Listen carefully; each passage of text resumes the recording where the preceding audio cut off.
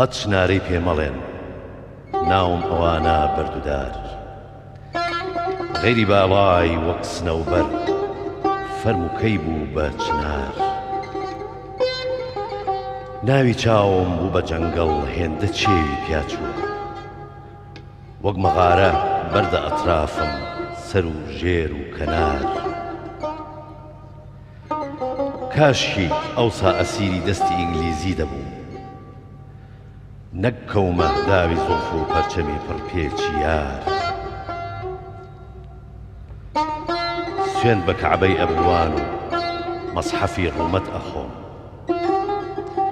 مەستی مەی نابێتە مەستی غەمزەی چاوی خومار بەس بە شەو وەرجێرە ڕۆژم ئەی سەبا ڕەحمت ببێ پەرچەمی خاوی بە ئەفشانی منێرە سەربەزار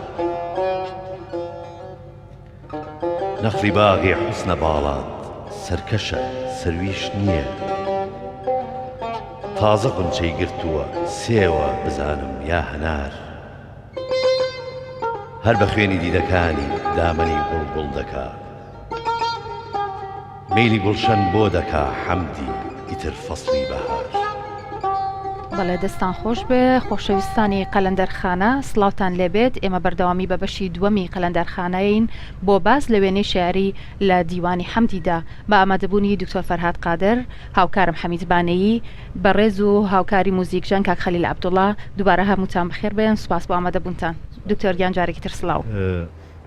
بەڵێ کاک حەمید شتێکی تایبەتت هەبوو یا بچینە سەر پرسیاریکە بەڵێ لەم شعرە هەستەکەم کاریگەری نەک تەنها ئەدیبانی کورد و ئەو شاعرانی هاوچەرخی خۆی بوون کاریگەری ئەدەبی عەرەبیش بێگومان ئەمان کاریگەری ئەدەبی عەرەبی و ئەدەبی فارسیان لەسەر بووە چونکە ئەمانە کە لە قوتابخانە ئاینیەکانە خوێنویانە بەڕاستی شعرەکانی حافزیان خوێنەوە شعری شاعر عەرەبەکانیان خوێنووە دیراسەیان کردەوە متەنەبی وەکو ئەبوالعەلا وەکو شاعرە گەورەکانی عەرەب جا بێجگەلەوە کە گوڵستان و بۆستان و داستانی سعدیان خوێنووە بەیتێکی تایە من کە خوێنمەوە دێڕێکی ئەبوالعەلا ئەلمەعەڕیم کەوتە هاتەوە یاد بەڵام هەستەکەم ئەوەی حەمدی شاعرانەترە کە ئەڵێ هەر ناڵە وا لە بورجی جەلالە وەکو هیلال هەر مانگە وا لە کونجی مەلالە لە ناڵەچێ جا تەشبیهم کردوک و بڵێ ئەدەبی مقارنە ئەڵێ ئەبوالعەلا ئەڵێ فوا عەجەبەن کەم يدعى الفضل ناقص ووا عەجەبەن کەم يظهر النقص فاضل وابزانم بەڕێزیشتان هەندێک تێبینیتان هەیە لەسەرەوەی کە کاریگەری شاعرانی تریشی لەسەر بووە دیارە شاعرانی کلاسیکی کورد بە گشتی بە پلەی یەک کاریگەر بوونە بە ئەدەبیاتی فارسی بە پلەی دوو کاریگەر بوونە بە ئەدەبیاتی عەرەبی سەرچاوەی ئەدەبیاتی عەرەبیەکە یەکێک لە هۆکارەکانەوان و پەروەردەی مزگەوت بوونە و زانستە عەرەبیەکان و ئیسلامیەکانیان لە مزگەوتەوە خوێندووە و باگراوندە ڕۆشنبیرەکەی خۆشیان وای کردووە ئەوەندەی دەستیان کەوتبێت دیوانی شاعرانی کلاسیکی عەرەبیشیان خوێندبێتەوە حەمدی هەندێک لە بیری دەقەکانی زۆر لە بیری دەقەکانی ئەبوالعەلای موعەڕی و ئەبوو تەمامی تائیش ئەچێ من لە دیوان لە دکتۆراکەیە هەندێک نمونە بەراورد کردووە بەڕاستی ئەوەی جەنابەت باست کرد یەکێک لەو شعرانە ئەوەیە کە باسی زەمانە ئەکا یان باسی دنیا ئەکا بەگشتی بێبەهایی دنیا دەرەخا حەمدی بۆ خۆی لە 23 دێڕی جیاوازە قسە لەسەر بێبەهایی دنیا ئەکا ئەم بێبەهایی دنیا کە لای کۆمەڵێک شاعری تریش دووبارە بووەتەوە و جۆرێکە لە فەلسەفات چ فەلسەفەی ئیسلامی چ فەلسەفەی ماتریالیش پیان وایە کام دنیاە دەبێت هەر کۆتایی پێبێت بەڵام هەریەکەو بە شێوازێک و بە جۆرێک تەفسیری حاڵەتەکەکە ئەوان زۆرتر لە بازنەی فەلسەفە ئیسلامیەکە شاعرانی کلاسیک و حەمدیش بەتایبەت لەو بازنا قسەی لەسەر کردەوەی جەنابەت ئاماژەت پێکرد یەکێک لەو نمونە دکتۆریان بیستم باسی هەنێ دێر بکەم کە لە هەنێ لێکۆڵینەوەی باسی لەسەر کراوە بۆ نمونە حەمدیەڵێ کە ڕۆیشتی بەجارێ من دڵ و جەرگ و هەناوم کەوت کە چوویتە تانەی سەرگلێنەی هەردوو چاوم کەوت باشە ئەمە بۆ دلبەرە یا بۆ ڕۆشتنی شێخە ئەکرێ ئێمە لە هەنێ دێرە لیا لەو لێکۆڵینەوە لەسەر شعری حەمدی کراوە بە تایبەتی کە حزوریەکێکی وەکو جەنابتان هەبێت ڕەنگە زۆرتر شیکردنەوەمان دەست بکەوێ یان باسێکی تایبەتمان دەست بکەوێ بەڵام ڕەنگە خوێنەر بە بیری خۆی تەفسیری بکات دیارە شێخ مەحموودی نەمەر یەکێک بۆ لەو کەسایەتیانی کە کاریگەری تەواو هەبووە بەسەر حەمدیەوە و حەمدی لە هەموو ێزگەکانی شێخە شعری هەبووە قسەی هەبووە هەڵوێستشی هەبووە ئەو یەکێکە لەو شعرانەی کە دوای ئەوەی لە حکوومەت یەکەمی شێخ با بڵێن کۆتایی پێدێت و شێخ دەست بەسەر ئەگرێەوە ئەبرێتە جەزیرەی تانە و پاشانە هێنرێتەوە بۆ کوێت و دواتر ئەگەڕنێرێتەوە و لە دەی 1922 حکوومەتی دوو هەم ڕائگەیەنە لە ماوەی ئەو 2 ساڵ و 8 مانگا کە دا ئەبرێت لە نێوان حکوومەتێکم حکوومەتی دۆمە ئەو چوارینەیەکە حەمدی نووسیویەتی کۆی 2 ساڵ و 8 مانگەی کۆ کردوتەوە لە چوارینەکەیە ئەوەی کە سەرەتاکەی بەوەی دەست پێەکە ئەڵێ کە ڕۆیشتی بەجارێ من دڵ و جەرگ و هەناوم کەوت کە تۆ ڕۆشتی ماوەستی شێخە کە چوویتە تانەی سەر گلێنەی هەردوو چاوم کەوت چاوم لە دەستدا دەڵێن هاتوویتە کوێت بڵێ قوربانی کوێتی کەم زۆر جوانەوەش جیناسێکی تەواوە کە نۆبەت بەرسەری نەحسی شکاوی بێکڵاوم کەوت ئەڵێ من چاو و جەرگ و دڵ و هەناوم پێشکەش بە تۆ کرد ئێستا ئەڵێن هاتوویتە کوێت چونکە ئەمەلی گەڕانەوەت هێواتە کوێترم ماوە جگە لەسەری شومم پێشکەش دیکەم شعرێکی زۆر جوانەوەی لە چوارینە جوانەکان چەند چوارینێکی تری هەیە و شعری تری هەیە بۆ شێخ هەر لە وازنە ئاسۆڕێتەوە. دکتۆریان بەس لە بابەتێکی تر بکەین ئەوش بایەخی ئەفسانە لای شاری حەمدی ئەکرێ بڵێن حەمدی گرنگی بە ئەفسانە داوە یاخود بابەتە کەلتوری و کۆمەڵایەتەکانی ئەوسا هیچ ڕنگدانەوەی کێیە لە شاری حەمدیە؟ بەڵێ لێکێک لەو نمونانەی کە لە یەکێک لە چوارینەکانە بنیاتی ئەفسانە ڕۆڵی هەبووتیایە ئەو ئەفسانەیە کە مانگ دەگیرێت و دەڵێ پێویستەکە تەقە یاخود لە سینی و لە تەشت و لە کۆمەڵێک شت بدرێ بۆ ئەوی مانگ بەربێت ئەمە لە ئەفسانی کوردەواری ئەو تاوەکو ساڵانی پێش ئێساویساش هەندێک جار دووبارە ئەبێتەوە خەڵک باوەڕی بەوە هەیە بەو دەنگە مانگ بەرەبێ وێنەیەکی زۆر جوان کە بنەماکەی بنەمایەکی ئەفسانەیەوە لە هەمان کاتە پەیامێکی خۆشەویستی جوانی تێدایە دەڵێت بەشانە هەر شەوێ ئەگریجەدا بێنێ کە تاسینە ئیتر دڵ هەر تەپ و کۆیە ئەزانێ وەختی تاسینە لە سینی و تەشت ئەدەن عالم کە من ئەیدەم لە سینە و سەر لە خەڵقی وایە مانگیرا کەچی داپۆشراسینە ئەمێکێکە لە وێنە جوانەکانی کە ڕاستی بەرزوو باڵایە دروستی کردو بەڕاستی وێنێکی جوانە. بەڵێ پێشگەلەوە کاریگەری دیارە ئەمان دیراسیان لەسەر مێژوو لەسەر کەلتوری نەتەوەکانی چواردەوریشە بووە لە ئەم شعرەیە دەرئەکەوێ لای من کە ئەمە ئیشارەتە بۆ کۆمەڵێک شتی مێژووی و بۆ کۆمەڵێک سەرچاوی تریش کە هەیە کاڵێ کاسەی کەل و وێرانەی دەروێش و قەلەندەر بێفەرقە لەگەڵ جامی جەم و تەختی سکەندەر گەر سەحنی چەمەن بێت و ئەگەر کوورەی ئاگر دەبڕێتەوە هەردوو چ لە بولبول چ سەمەندەر. بێگومان ئەم شعرە چەند شتێک ئیشارەیەکی تایە وەکو مێژوو کە باسی ئەسکەندەرەکە لەگەڵ سەمەندەر سەمەندەر ئەو باڵندە ئەفسانەیە کە لە منطقە تەیری فەریدەدینی عەتارە باسی لێکراوە کە باسی زۆر لە باڵندەکانەکە کە زۆربیان ئەفسانەیین سیمرغ و قەقنەس و عەنقا و سەمەندەر و بەلای ئێوە کاریگەری کەلتور و شعر و ئەدەبیات و مێژووی چواردەور چەند کاریگەری لەسەر شعر و ئەدەبیاتی مەحوی هەبووە ئەمە بۆکو نمونەیەکەیە. لە تێزی دکتۆراکەیە من بەشێکی سربەخۆی تێزەکە تایبەتە بە سەرچاوەکانی وێنە لای حەمدی واتە ئەو شتانە چین کە بوونەتە سەرچاوە حەمدی بنیاتی لەسەر بنیات ناون وێنەی لەسەر بنیات ناون یەکێک لەوانە مێژووە جا مێژوو بە هەردوو ڕەهەندەکەیەوە خودی ڕووداوە مێژووەکە و کەسایەتی مێژووەکانیش ئەوانەی لە دێر یەکەمە باست کرد ڕووداوی مێژوو کەسایەتی مێژوو سەرکردەی مێژوو بوون لەلایەکی تریشەوە ئەو کەلەپور و کولتورەی کە هەیە لەگەڵ ئەفسانەیە کە ئاماژەت پێ کرد بەڵێ سیمرغ سەمەندەر قەقنەس لە چەندین وێنەی حەمدیە ڕەنگیان داوەتەوە لە یەکێک لە وێنە هەرە داهێنراوە جوانەکانی کە بنیاتێکی ئەفسانەی سیمرغ ڕۆڵی تیابێنێ ئەو دێڕەیەتی کاڵێ لەسەر هێلکەی قەمەر سیمرغی گردون گەرکردکەوێ ڕەنگە هەڵبێنێ بێچوە ڕۆژێک منەوەرتر لە ڕۆژی ڕوت ئەگەر ئەم کەونە ببێتە تەوان ئەفسانەکە ئەڵێ سیمرغ هێندە گەورەیە زەوی ناتوانێت بیگرێتە خۆی واتە یەکێک لە ئەفسانەیی سیمرغەوەیە ئەوەندە گەورەیە زەوی ناتوانێت بگرێتە خۆی بۆ هێنانیشێتەوە ئەوی شەر بۆ منطقە تەیرەگەڕێت بەڵێ ڕاستەکەی جاڵێ ئەم کەونە ئەگەر ئەم کەونە هەمووی سیمرغێک بێت و هێلکە بکات هێلکەکەی بەقەدەر ئەم مانگە جوان بێت هەندی ئەم مانگەش بێ هێلکە لە مانگە چێ بەڕاستی لە خڕی و لەینیا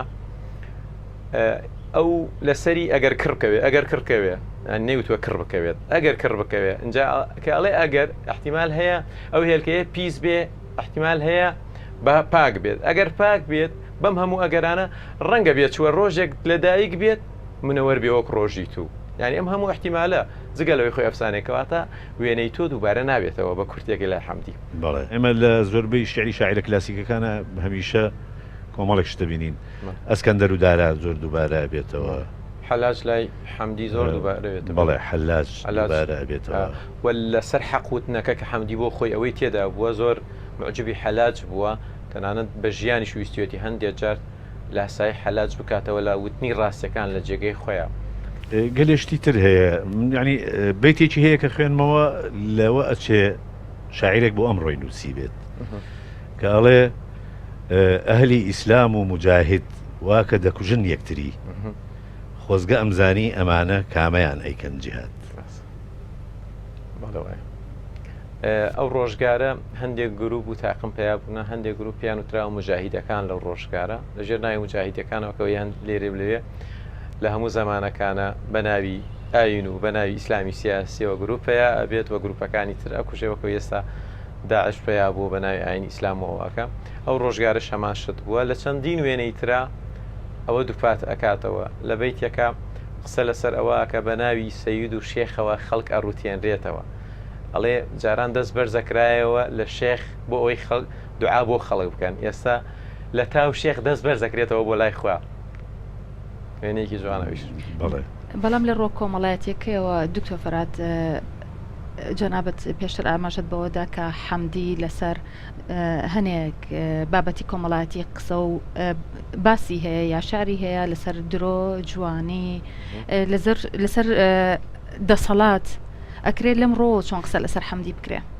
ڕۆژگاری حەمدی ڕۆژگاری بزوتنەوەی سیاسی کوردی بووە ڕۆژگاری حکومڕانی کوردیش بووە لە سەردەمی ئەوە دوو حکوومەت یەک لە دوای یەک لە سەردەستی شێخی نەمەر دروست بووە بۆیە پێشی وا بووە ئەم هەنگاوت دەبێ ئەم ڕۆبیاس بێ کورد بێتە خاوەن خەواری سیاسی خۆی و لە مەترسیەکان زوو هۆشداری داوەتە شێخ لە پاڵ ئەوە کۆمەڵێک پەیامی کۆمەڵایەتی گەورەی هەبووە سەبارەت بە دەستگرتن بە وەفاوە یەکێک لەو شتانە کە وەفا بەدەسەڵاتەوە ئەبەستێتەوە دوور نییە بەلای منەوە ئەمە پەیامێکیش بێ بۆ شێخ بەوەی کە جارێکی تر بەتابێت حکومڕانی دووهەمی شێخ ومێدی زۆر لەسەر هەڵچنا هەلە سەرتاوە چونکە شێخ دەنگۆی ئەوە هەبوو کە لە سێدارە بدرێت کە هێنرایەوە خەڵک ئەیوت تازە کورد دەبێ بە شتێک بەڵام بەداخەوە هیچ ئەنجامێکی نەبوو بۆیە زۆر هۆشداری داوە لەوێ داوا لە شێخەکە بە ناڕاستە خۆ کە بە وەفا بێ بەرامبەر و خەڵکانی کە هێنایانەوە چونکە بەڕاستی خەڵک درێغی نەکرد لەو ڕۆژگارەیە ئەڵێ وەفا و سەڵتەنەت یەک ناکەوێ بنوارنە خورشید لە تەختی نیوەڕۆدا سایی بۆ سەری کێمە ئەم گلەیەکە لەوەیە کە ئەچێتە سەردەسەڵات ئیتر وەفای نامێنێت وەکو چۆن خۆر ئەگاتە ئەوجی دەسەڵاتی خۆی لە تەختی نیوەڕۆیە ئیتر سێبەر بۆ کەس نامێنێت کەس ناتوانێت سێبەرێکی دەستکەوێت ئەمە گلەیە لە خۆر لە ئەوجی دەسەڵات یا وەفاداری نامێنێتەوە سەبارەت بە درۆژ تەمان درۆ لای حەمدی لە چەندین وێنە دووبارە بۆ تۆشتی داهێنراوی جوانی دروست کردووە لەلایەک ئەڵێ من درۆم دیوە لە باغی عالەمە سەوزیش بووە سووکی و ڕسوایی وەختی ئاداخون چەوچرۆ ئەگە درۆ سەریش بگرێ بۆ خۆناغێک بەڵام لە نەتیجەیەکی باش نابێت ڕیسوایی بۆ خاوانەکە یاڵێتەوە یاخود دەڵێ یەک قسەی ڕاستیش بکە بۆ ئەوەی درۆت بۆ سەرگرێ منجەڵێ ژەک خەترەیە شیرە ئی کاتە فرۆ ئەو بۆ خەڵکانێک کە ڕاست ناکەن کاک حەمید جا من نتوانم دیوانەکەت لێ وەرگرم شارێکی کە بخوێنینەوە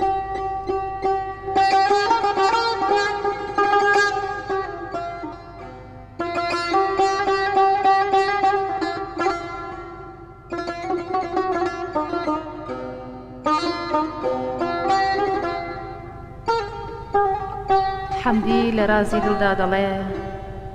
شعلەی ڕۆژی فیراقە ئاگری برژانی دڵ هەر نەسیبی دوشمنم بێ قرچەی بوریانی دڵشکاوم فرسەتە قابز بکێشەیە سەرۆح فەرقی پێ ناکەم ئەگەر بمرم لە هەوڵی ژانی دڵ ناوێ عەشق ئەرزۆ سەمای هێناوەتە لەرز و سەما بووەتە جاڕ و کەش کەچی بۆ کولبەی وێرانی دڵ ڕۆحی خاقان و گوڵی فەغفور و مەغزی قەیسەرە ئەم خەمیرە بۆیە غەڕایە نەشئەی فنجانی دڵ چاوی لە برێزی سروشکی شادیە ساغر کەشی قەهقەهەی مینا نەخاتە بەرکوڵی گریانی دڵ هەر ئومێدێکی چرۆی داغی هەر یەک خونچەیە مەجلسی ئەربابی مەعنا باغە وەک زیندانی دڵ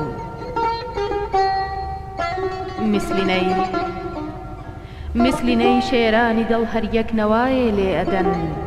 وەک جلوسی ساڵی تازەی کردبێ سوڵتانی دڵ ئەمری سوڵتانان هەموو تەکلیف و قەید و زەحمەتە توڕێی ئازادی و خطوتی شادیە فەرمانی دڵ دەرکی بێچاو حسی بێدەست سەیری جێپێکەی یەکە ئافەرم بۆ دیدەن و بۆ حس و بۆ سەیرانی دڵ ڕۆحی بێئیدراک و وێڵ و هەرزەگەردم بۆ چییە ساحێبی تەمکین و دەرکە دەیکەمە قوربانی دڵ ڕۆح بەهات و چۆی ئەو وەکتوتی چۆتە قەفەز بۆ فڕین ئامادەیە وەستاوە تا وەستانی دڵ سەیری کەن پوش و پەڵاشی ڕووی لافاوی بەهار عاشقی تەمسیلەکە کەوتۆتە بەر جەریانی دڵ سوورەتی هەرچی کە چاوم دیویەتی گرتوویەتی ڕۆژەڵێ زیزانەیە کەوتۆتە سەر خەرمانی دڵ محوەری ڕۆحە و ڕئیسی هەیئەتی بەزمی وجود با وجودە عەرشی ڕەحمانە ئەڵێن عینوانی دڵ عەشقە شۆرە سەوزە سوورە شینە عەیشە شادیە فتنەها گرتوویەتی لەم سەفحەدا دامانی دڵ ئەو زەمانە بوو هەموو دەردێ دەوایان دادەنا ئەهلی حکمت دەردیان داناوە بۆ دەرمانی دڵ حەمدی ڕەنگە دڵپەری بێدەست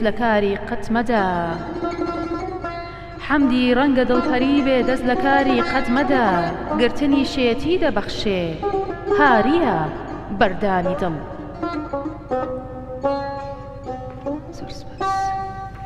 دکتۆر گیان چیت هەبوو لەسەر ئەو شارە ئەوەی کێکە لە غەزە لە دڵداری هەرە جوان و شاکارەکانی حەمدی بە تایبەت لە قوفڵی با بڵێن غەزەلەکەیە کاتێڵێ ئەو زەمانە بۆ هەموو دەردێ دەوایان دائەنا ئەهلی حکمت دەردیان داناوە بۆ دەرمانی دڵ واتە ئەگەر واتە دڵ با بڵێن دڵداری لەوێ دڵداری هەر دەردە بۆ خۆی عیلاجەکەی هەر دەردە هەموو بۆ هەموو شتە عیلاجیان دۆزیوەتەوە دەردیان بە عیلاج داناوە بۆ دڵ ئەوەی کێکە لە بەیتە جوانەکان دێڕێکی تری هەر لەو غەزەلە ئەوەیە کە زۆر جوانە ئەڵێ پێم وایڵێ بۆ فڕین ئامادەیە وەستاوە تا وەستانی دڵ ڕۆح بە هاتوچۆی ئەو وەک تووتی چۆتە قەفەس واتە ئەو هەتا ئەو هاتوچۆ بکە و ژیانی تیابێ ڕۆحی منیش لە قەفەسی سنگمایە لانی منیش ئەژیم وەستاوە تا وەستانی دڵ بۆ فڕین ئامادەیە ڕۆح بۆ فڕین ئامادەیە وەستاوە تا وەستانی دڵ عادەتەن لەگەڵ مردنی کەسا ڕۆح و دڵی پێکەوە کۆتاییان پێدێ ئەم وەستانەی دڵی بەستۆتەوە بە وەستانی ئەوەوە هەتا ئەو بجوڵێ و هاتوچۆ بکات دڵی ئەم و ڕۆحی ئەمیش لە جەستەیەتی و کێشەی نییە بە پێچەوانەشەوە ئەمرێت ئەوەی کێکە لە وێنە جوانەکانە پێترێ وێنەی جوڵاو کە دژە جوڵەی تێدایە لە فیزیات چۆن ئەڵێ وێنەی عکسی ئەو وێنێکی عکسی دکتۆر ڕەنگە هەرەمە هۆکارەکە بێت کە خوێنەر هیچ کات لە شاری کلاسیک بێزار نابێت لە خوێندنەوەی بەردەوام یعنی مدام چێژی لێ وەرەگرێت ڕەنگە گرنگی وێنەی شاری بێ. خۆی تێڕوانینێکی هەڵە هەیە ئەتوانم بڵێم ئەتوانم ئەوانەی کە زیاتر ئاشنای شعری کلاسیک نین ئەویان هەیە پێیان وایە شعری کلاسیک سەردەمی بەسەرچەوە و شعریە کە دەست بۆ بردننی ئاسانە بێ پێچوانەوە یەکێک لەو هۆکارانەی کە شاعیرانی لە شعری کلاسی دوورخستەوە ڕۆشت بۆ ئەو شعر ئازاد و ئەوانەی کە هەیە ئەو بوو کە شعری کلاسیکی کۆت و بەندی زۆر زۆرە کەسێکە گەر بەتوانان نەبێ ناتوانێت لەسەر ئەو کێشە لەسەر و ئاوازە لەسەر ئەو ریتمە لەسەر ئەو بابەتە بەو شێوازە قسە بکات لە ئەوە نەبیتە هەموو ئەمانە توانای شاعری کلاسیکی بۆیە شعری کلاسیکی دەبێت خەڵکانێک خەریکی بن کە چێژێکی کلاسیکیان هەبێ باگراوندێکی ئاینی ئیسلامی باشیان هەبێ لەگەڵ باگراوندێکی ئەدەبی فارسی و عەرەبی معرفێکی قوڵ پێویستە بۆ شعری کلاسیک زۆر ڕاست بەڵێ معرفەیتر لە هەموو بوارەکانە. باسمان لەم شعرەی کە باسی زەمانە ئەکا حەمدی پێم وایە حەزەکەم پێکەوە شعرە بخوێنینەوە زۆر باشە ڕەنگە ئەمە دوا سەرنج و دو پرسیاریش بێ بۆ دکتۆرە گەر دکتۆر بە کورتی قسێکی لەسەر بکات دواتر ئێمە شارەکە بەو شارە کۆتایی بە بەرنامەکە تێنین. دکتۆریان ئەو شارە هیچ قسێکت لەسەری هەیە؟ بەدڵنیایەوە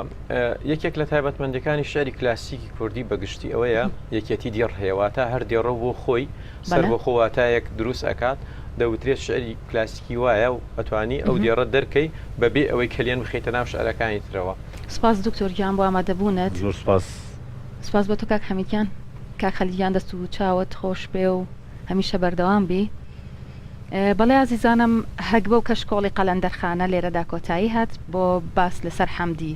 بەدەیان و سەدان بەرنامە باس شاعرانی کلاسیک و لە ئەدیبانی کورد تەواو نابێ بەڵام کات و کەشکۆڵی قەلەندەرخانە هەرەوەندەی بە ئێمە بەخشی بۆیە تا بەرنمەیەکی تر چاوتان بۆ دیداری بەرنامە و بۆ قەلەندەرخانە ماچەکەم خواتان لەگەڵ بێت بەم شێرە لەگەڵ هاوکارم حەمیدبانەی کۆتایی بە بەرنامە دێنین.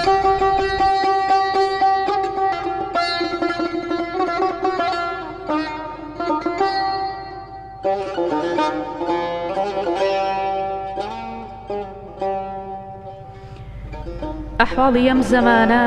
لە کایی مناڵە چێ دنیایەکی چ پوچە لە زەرفی بەتاڵە چێ لەم باغە هەردەمە کە دەگا میوێ ئەڵێ ئەم کۆنە گومەزە دوکانی بەقاڵە چێ نەقس و کەماڵی خەڵقی جیهان معتەبەر نییە هەردوو محەققە کە بەدەستی زەواڵە چێ گەه ڕۆژە وا ئەبێ بە ئەسیری زولامی شەو گەه بەدری کامیلە کە بە دەردی هیلالە چێ ئیقباڵ و شەوقی تابعی علم و جەهل نییە ڕێکەوتە بازە ئەمڕۆ سبەینێ لە داڵە چێ ئەیوانی جەم کە هەمدەمی کەیوان بۆ مردەتێ ئەمڕۆ بە پەستی خانە خەرابە لە چاڵە چێ ئەو نەو نەمامە سێبەری دوێنێ لە نازە کرد ئەمڕۆ لە ئاگردایە لە چیلکە و چاواڵە چێ بێلێەوە ئەم جیهانە تەماشاکە نەیژەنی بینایی کوێرە ئەفسەحی دایم لە لاوە چێ هەر ناڵە لە بورجی جەلالە وەکو هیلال هەر ماهە وا لە کونجی مەلالە لە ناڵە چێ بازاڕی دەهرە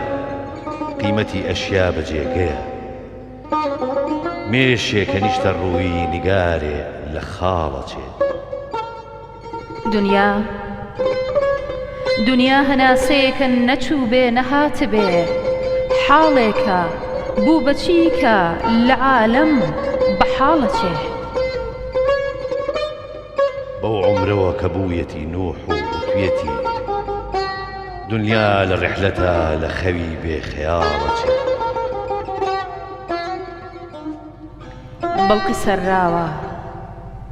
بڵقی سەرراوە کاکە جیهان تێ فکرەتۆ بڵقی سەرراوە کاکە جیهان تێ بفکرەتۆ بۆ کەس نەبوو بە ماڵ و نەبوو کەس لە ماڵە چێ خۆلا بدەن لە باری گرانی حقوقی خەڵک بنوارە کە هەڵگری لە فیلەی حەماڵە چێ نەکبەتیە ئەو کەسە کە عیزەتی نەفسی ئەڕووجەکە شامی مەلالی بۆیە لە ڕۆژی جەلالەچێ بۆ نەفع خواشناسی عیبادەت ڕیاییە